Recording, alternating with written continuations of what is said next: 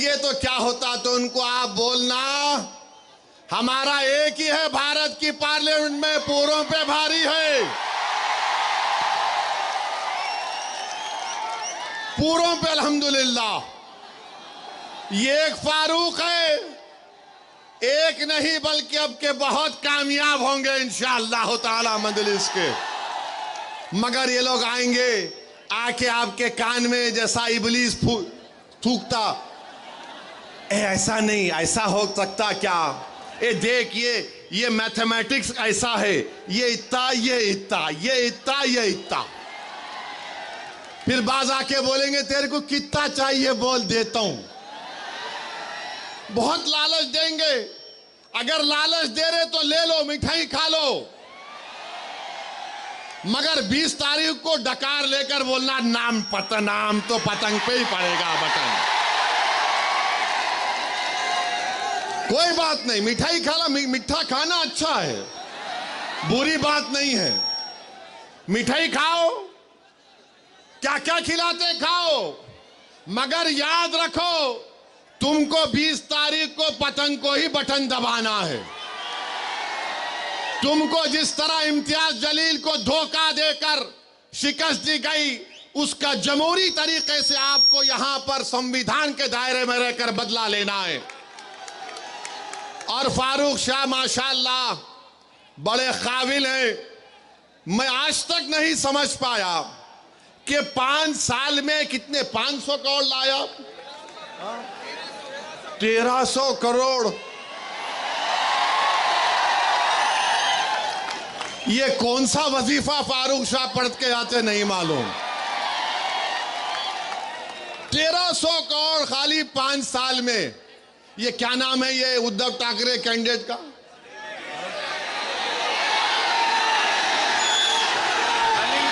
हाँ, अरे गोटे साहब, ये तीन बार कहेंगे, तुम 3 बार के आमदार हो, तुम 13 करोड़ का काम नहीं कर रहे यहां पर। 3 बार का आमदार है, 13 करोड़ के काम नहीं कर रहा है धुलिया के विकास के लिए। फारूक शाह 5 साल में 1300 करोड़ करा दिए। अब बीजेपी के उम्मीदवार है, अब उन्होंने तो खाली गाली दे रहे मेरे को, ये ऐसा वो ऐसा, वक्फ का हम वो ले लेंगे, हम मस्जिद ले लेंगे, हम कब्रस्तान ले लेंगे, हम खानखा ले लेंगे, हम फुला ले लेंगे। अरे भाई साहब, आप क्या क्या लेना चाहते, क्या क्या लेना चाहते आप? याद रखो हम भी ले सकते, तुम्हारी याद रखो। हाँ, 20 तारीख को हम लेंगे, क्या लेंगे वो तुमको मालूम। 20 तारीख को हम लेंगे, क्या लेंगे? धुलिया की सीट फारूक शाह के लिए लेंगे इंशाअल्लाह ताला। अरे कोई बात है, मैं बीजेपी का हूं, मैं ये ले लूंगा, मैं वो ले लूंगा। अरे आप क्या बादशाह सलामत है, उंगली रखते कि मेरी हो जाती। अब वक्फ बिल का बोल रहे हम मस्जिद ले लेंगे। मेरे को पार्लियामेंट में बीजेपी के एमपी मिले गलती से, वक्फ बिल के बारे में मेरे को बोले ओवैसी। मैंने पूछा बोलो प्यारे,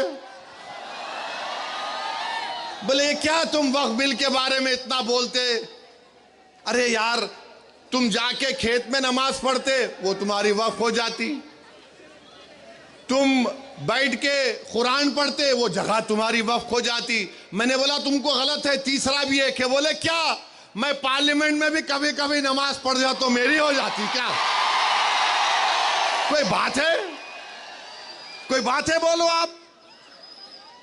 भाई उर्दू की एक कहावत है, दखनी कहावत है कि मामू की दुकान पे नाना की फातिहा बोलते ना। अरे जब तक मेरी प्रॉपर्टी नहीं रही मैं वक्फ कैसे करूंगा? मगर मोदी जी एक फैला दिए, बोलो वक्फ करो, सब करो, सब। नहीं नहीं नहीं, भारत सरकार में इंडियन आर्मी के बाद सबसे ज्यादा जायदादें वक्फ बोर्ड के पास है। मोदी जी आप एक काम करना मेरा, और ये जो बीजेपी का कैंडिडेट है उसको भी बोल रहा हूं मैं, मुंबई में एक बहुत दुनिया के अमीर तरीन आदमी का बहुत लंबा घर है, बहुत बड़ा घर है ना, वो वक्फ का दिला दो ना हमको। कोई नहीं बोलेंगे नहीं, उसके बारे में नहीं बोले। अरे क्यों नहीं बोलते? वो यतीम खाने के ऊपर, जो दुनिया का अमीर तरीन आदमी है, यतीम खाने के ऊपर अपना घर बना लिया। मोदी जी आप यतीम खाने के घर में, उस शख्स के घर में शादी की मुबारकबाद देने गए। मोदी जी क्या आपको तकलीफ नहीं हुई? यतीमों के जगह पर जिसने अपना घर बना लिया आप वहां पर चले गए। जो यतीम खाना था आगा खानी लोगों का, वहां पर उसने अपना महल तामीर कर लिया। और यहां पर बीजेपी के कैंडिडेट बोल रहे मैं ये ले लूंगा, मैं वो ले लूंगा। अरे बाबू तू क्या क्या लेगा बता दे। एयरपोर्ट तेरा, माने इनका माने दे दिए, पोर्ट तेरा, रोड तेरी, सब तेरी। अब तो ऐसा लग रहा है कि बीजेपी वाले बोलेंगे बेटा तेरे को सांस लेना है तो टैक्स दे दे। नफरत, सिर्फ नफरत इनके पास, और कुछ भी नहीं है।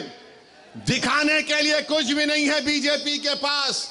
नौजवान परेशान है, रोजगार नहीं है, तो नौजवानों को बोल दिए तुम लव जिहाद पे लग जाओ। नौजवान भूखा है तो बोले तू गाय की रक्षा के लिए तू कुछ भी कर ले। मैं पूछना चाह रहा हूं 10 साल में बीजेपी ने देश को क्या दिया? इस देश के गरीब नौजवानों को क्या दिया? इस देश के किसानों को क्या दिया? कुछ भी नहीं दिया। क्या दिया? नफरत करो मुसलमानों से, नफरत करो, डर दिखाओ मुसलमानों का, मुस्लिम अकलियत का।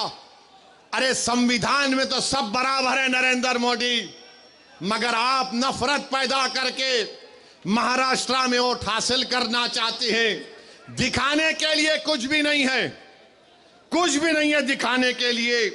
और मेरे अजीज दोस्तों और बुजुर्गों, मैं आपको आखिर में एक बात बोलना चाहूंगा कि धूलिया का जो पार्लियामेंट का इलेक्शन हुआ था, धूलिया का जो पार्लियामेंट का इलेक्शन हुआ था, आपने किसको वोट दिया था भाई? ताई को वोट दिया था ना, आपने दिया था ना? शर्माना नहीं, दिए तो सर सीना मार के बोलना दिए थे ना। उन्होंने कैसा जीते?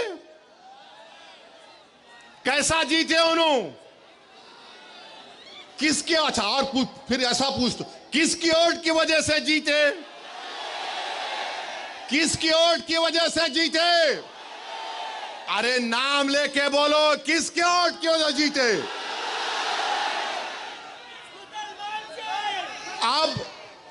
अब आप क्या करेंगे ये विधानसभा के चुनाव में?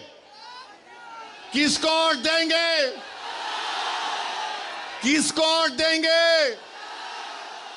क्या किसको वोट देंगे? कौन से निशान पे बटन दबाएंगे? कौन से निशान पे बटन दबाएंगे? डरेंगे तो नहीं? हिम्मत तो नहीं हारेंगे? कहीं मोदी से नहीं डरेंगे? कहीं डर जाएंगे तो नहीं ठाकरे से? किससे डरेंगे फिर? किससे डरोगे? हिम्मत बुलंद रखोगे? 20 तारीख को बटन दबेगा पतंग पर, बटन दबेगा पतंग पर। अभी आधी बात बोला, 17 को फिर आ रहा हूं तंग करने इसको। अभी खत्म नहीं हुआ। इनको बोलूं, उनका बेटा बोल रहा फारूक शाह को बाजू खड़ा करो। इन्हों बहुत ज्यादा ही खड़े हो गए। इन्हों 5 साल में इतना काम कराए कि वो बेचारे दोनों उद्धव ठाकरे का और बीजेपी का सोच रहे अब क्या जवाब देंगे। मगर मेरे भाई, आपसे मेरी गुजारिश है, माँ और बहनों से गुजारिश है कि अगर आप अपना एक एक वोट का सही इस्तेमाल करेंगे तो धूलिया की कामयाबी होगी। ये फारूक शाह की कामयाबी नहीं, धूलिया की कामयाबी के लिए, धूलिया के अमन को मजबूत करने के लिए, धूलिया के भाईचारगी को मजबूत करने के लिए मेरी आप तमाम से अपील है कि फारूक शाह को आप अपना आमदार दोबारा बनाइए। आप बनाएंगे ना इंशाअल्लाह ताला। इस शेर को कामयाब करिए आप। मैं आपको बता रहा हूं, महाराष्ट्र में कोई हुकूमत नहीं बनाएगा जब तक फारूक शाह उसका साथ नहीं देगा। इंशाअल्लाह ताला कोई हुकूमत नहीं बनाएगा। आप अब की बार और ज्यादा काम धूलिया में होगा। इंशाअल्लाह 17 तारीख को आपसे मुलाकात होगी। मेरे साथ नारा लगाइए, 20 तारीख के दिन पतंग को वोट दो, पतंग को, पतंग को, पतंग को, पतंग को। धूलिया जिंदाबाद, धूलिया जिंदाबाद, नफरत मुर्दाबाद, मोहब्बत जिंदाबाद। जोर से बोलो, मोहब्बत जिंदाबाद। अस्सलाम वालेकुम। जीतेगी इस बार भी सिर्फ पतंग, सबके जुबान पे आयम आयम का नाम। भाईचारे से रहते यहाँ पे हिंदू मुसलमान। असद बाबा है हमारे हैदराबाद की जान। पूरे हिंदुस्तान में इनकी अलग है पहचान। यहाँ के लोगों के दिलों के जैसा रोड़ा भी है साफ।